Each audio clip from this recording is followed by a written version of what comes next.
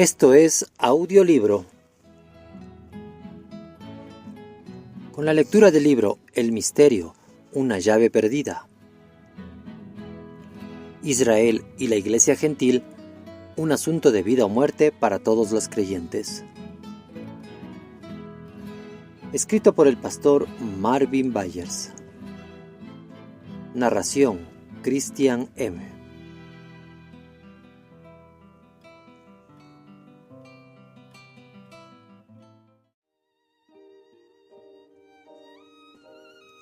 Capítulo 17. Comunión. Pedro no tuvo mayor educación, mientras que Pablo tuvo mucha educación. Pedro fue un pescador, mientras que Pablo fue un hombre de telas. Pedro era desconocido en Israel, mientras que Pablo era muy conocido. Pedro era un pecador, mientras que Pablo era todo lo justo que un fariseo podía ser.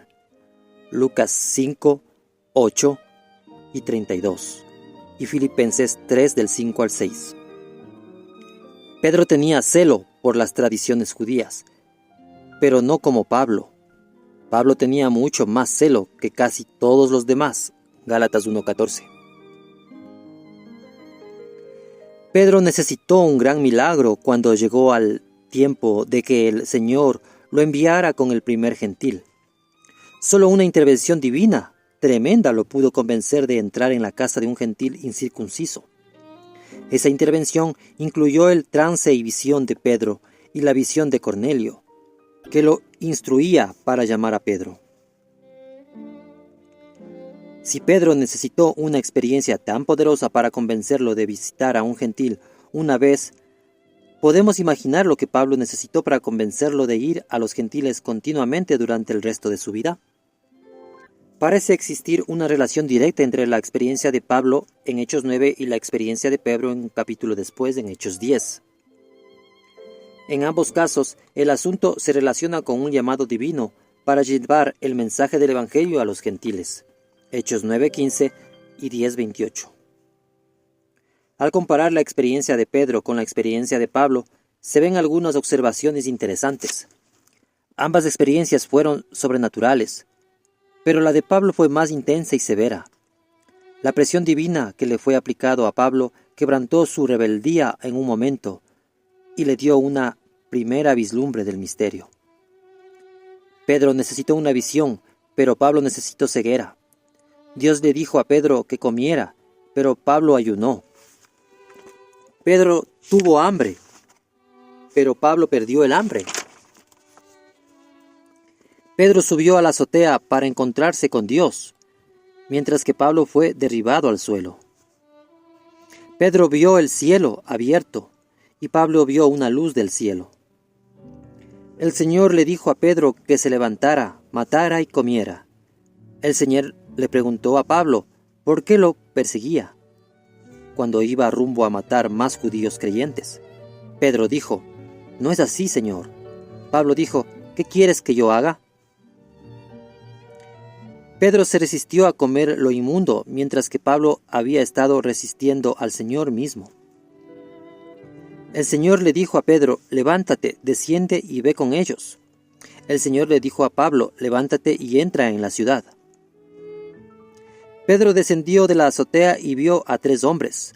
Pablo se levantó de la tierra y no vio a nadie, pues estaba ciego. Los hombres que llegaron a llamar a Pedro lo llevaron a la casa de Cornelio. Los hombres que viajaban con Pablo lo llevaron de la mano a Damasco.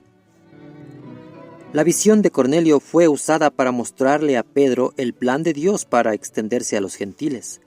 La visión de Ananías fue usado para mostrarle a Pablo ese mismo plan. Hechos 9:15. El trato más severo del cielo que Pablo recibió en cuanto a su llamamiento hacia los gentiles aparentemente hizo que en su corazón penetrara un entendimiento del misterio mucho más profundo que el que penetró en el corazón de Pedro. Después de que Dios les habló a Pablo y a Pedro acerca de los gentiles, seguía habiendo una gran diferencia entre los dos. Pedro siguió ministrando casi estrictamente a los judíos, mientras que Pablo le ministró casi exclusivamente a los gentiles. Gálatas 2 del 7 al 9.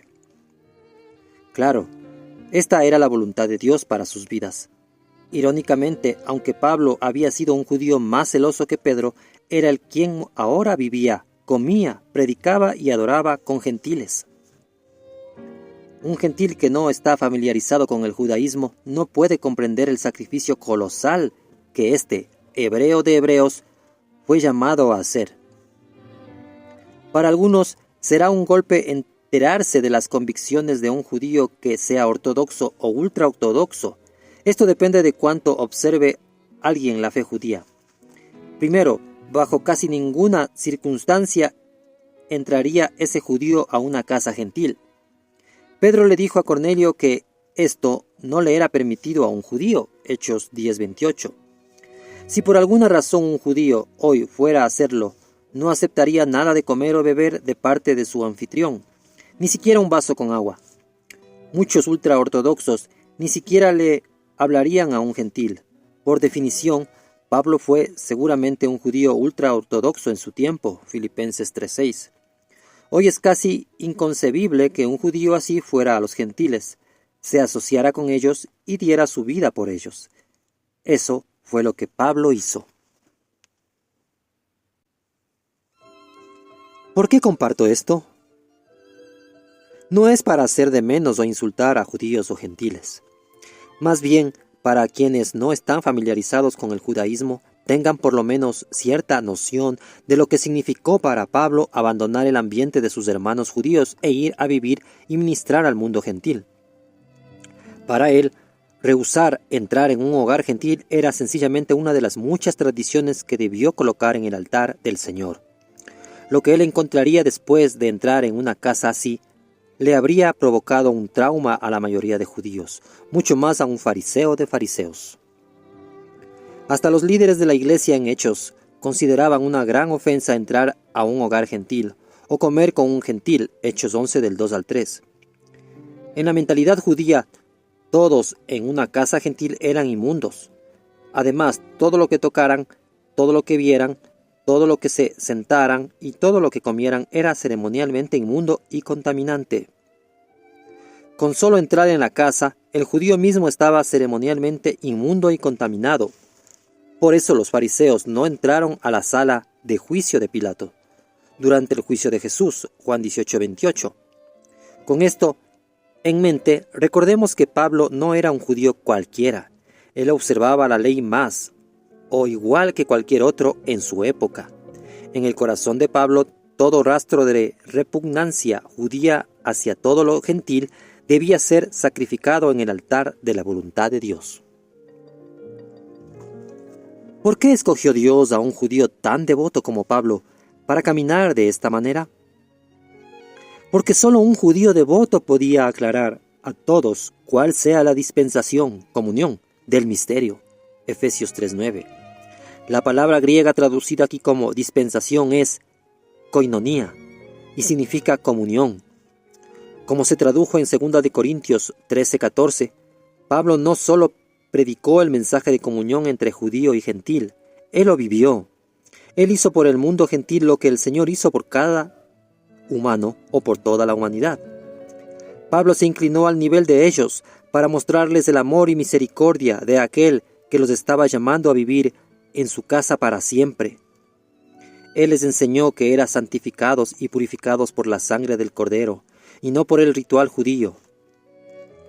Y les mostró que Dios había ordenado que judíos y gentiles caminaran en comunión como parte de un cuerpo. La palabra griega koinonía también significa dar a otros y recibir de otros. Una definición sencilla de la verdadera comunión es participación conjunta. Aparece como dar a otros en el siguiente verso, en donde se traduce como ofrenda. Porque Macedonia y Acaya tuvieron a bien hacer una ofrenda para los pobres que hay entre los santos que están en Jerusalén. Romanos 15:26. En el verso a continuación, koinonía aparece como verbo y se refiere a recibir de otros. Se traduce como participar. Pablo muestra que también en koinonía es dar y recibir. Y sabéis también vosotros, oh filipenses, que al principio de la predicación del Evangelio, ninguna iglesia participó conmigo en razón de dar y recibir, sino vosotros solos. Filipenses 4:15. ¿Qué les dio Pablo a los gentiles al enseñarles sobre la comunión del misterio? Dio su misma vida, fuerza y ministerio a personas a quienes antes consideraba inmundos, en vez de entregarse por el pueblo escogido. Al asociarse con gentiles, él sacrificó su fama y reputación como eminente líder espiritual judío. Él perdió su libertad cuando fue encarcelado por enseñarles que había sido elevados a la ciudadanía en Israel. Pablo sacrificó todo esto por los gentiles con mucho gozo, como se los explicó a los filipenses. Y aunque sea derramado en libación sobre el sacrificio y servicio de vuestra fe, me gozo y regocijo con todos vosotros. Filipenses 2:17. ¿Qué recibió Pablo de los gentiles en su comunión con ellos? Después de aclararle a los filipenses que estaba dispuesto con gozo a ser derramado como una ofrenda por ellos, en Filipenses 3, él da una pequeña clave de lo que él ha perdido y lo que ha ganado. Allí él da un breve resumen de quién era él en el judaísmo. Y dice que él tiene más razón que cualquier otra persona para confiar en la carne. Filipenses 3:4. Esta es una declaración increíble. Él explica por qué eso es verdad. Circuncidado al 8º día, del linaje de Israel, de la tribu de Benjamín, hebreo de hebreos, en cuanto a la ley, fariseo, en cuanto a celo, perseguidor de la iglesia, en cuanto a la justicia que es en la ley, irreprensible. Filipenses 3, del 5 al 6.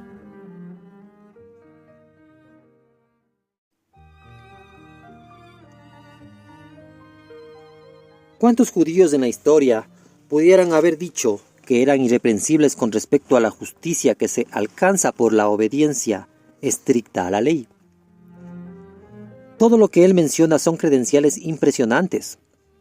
Luego, él declaró que había sufrido la pérdida de toda su posición, gloria, fama y posible ganancia. Filipenses 3 del 7 al 8.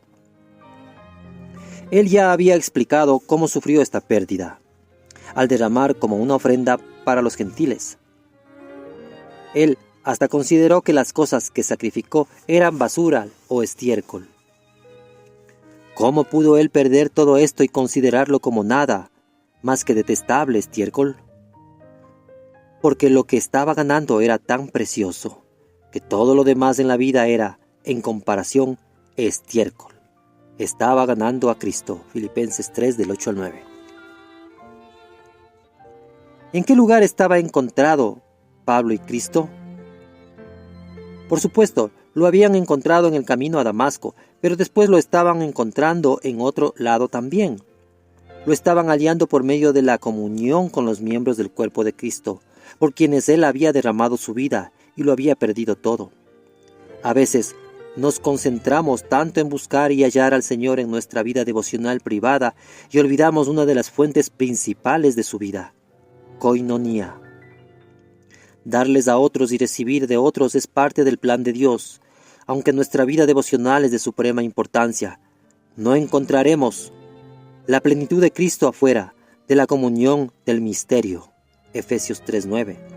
Pablo derramó su vida por los gentiles solo para hallar en ellos la misma vida que tanto anhelaba. Él enfatiza esta gloriosa realidad en sus epístolas, como se ve en las siguientes citas. Y sometió todas las cosas bajo sus pies, y lo dio por cabeza sobre todas las cosas a la iglesia, la cual es su cuerpo, la plenitud de aquel que todo lo llena en todo. Efesios 1 del 22 al 23. Su cuerpo, o iglesia, es la plenitud de Cristo. Jamás hallaremos la plenitud de su vida sin koinonía. Darle a y recibir de ese cuerpo.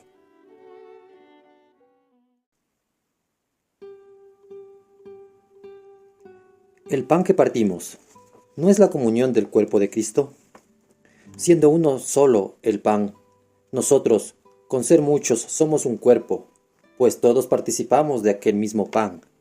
Mirad a Israel, según la carne, los que comen de los sacrificios, ¿no son partícipes del altar? 1 Corintios 10, 16 al 18. El cuerpo de Cristo es el pan del cual participamos en sentido espiritual. Todos formamos parte del pan y todos comemos de ese pan.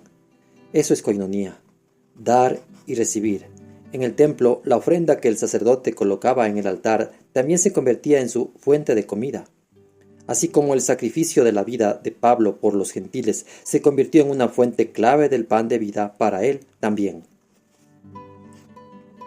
Ahora, me gozo en lo que padezco por vosotros, por su cuerpo, que es la iglesia, de la cual fui hecho ministro, para que anuncie cumplidamente la palabra de Dios, el misterio que había estado oculto desde los siglos y edades, pero que ahora ha sido manifestado a sus santos, a quienes Dios quiso dar a conocer las riquezas de la gloria de este misterio entre los gentiles, que es Cristo en vosotros, la esperanza de gloria. Colosenses 1, del 24 al 27. Las riquezas del misterio entre los gentiles era que Cristo estaba en ellos. Pablo lo encontró a él allí. Él sufrió por ellos, les predicó el misterio a ellos y luego halló a Cristo en ellos. ¿En dónde encontraremos a Cristo? Pablo halló a Cristo y participó de Cristo diariamente conforme predicó entre los gentiles.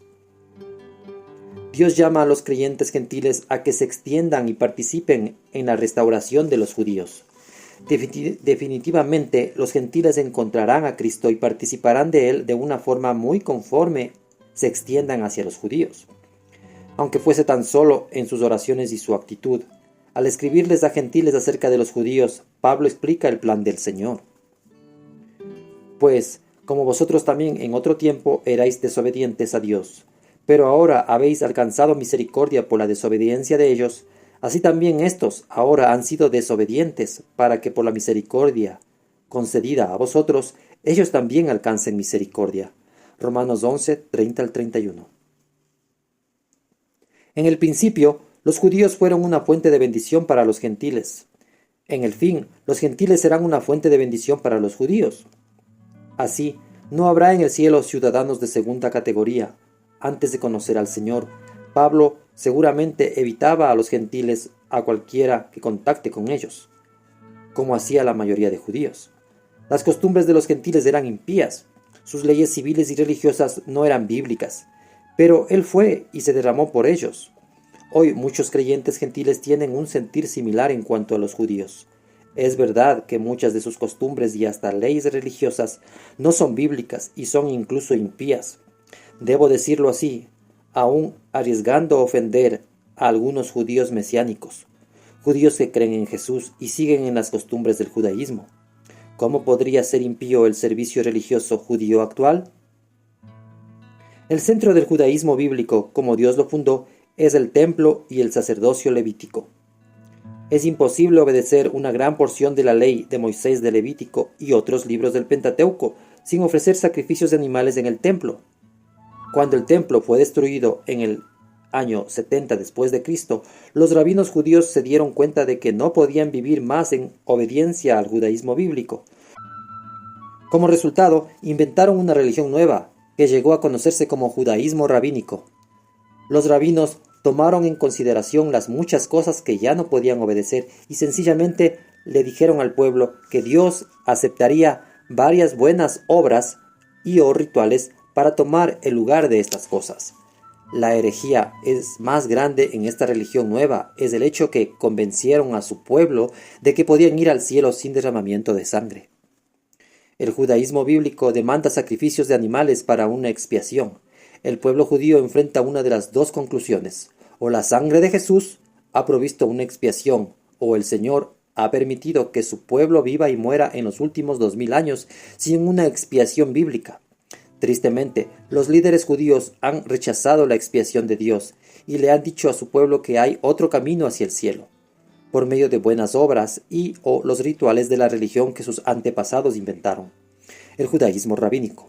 A la luz de esto, ¿Cómo debería reaccionar actualmente un verdadero creyente ante los judíos practicantes? En términos prácticos, la forma de vida de Pablo nos da un patrón que podemos seguir. Él escribió: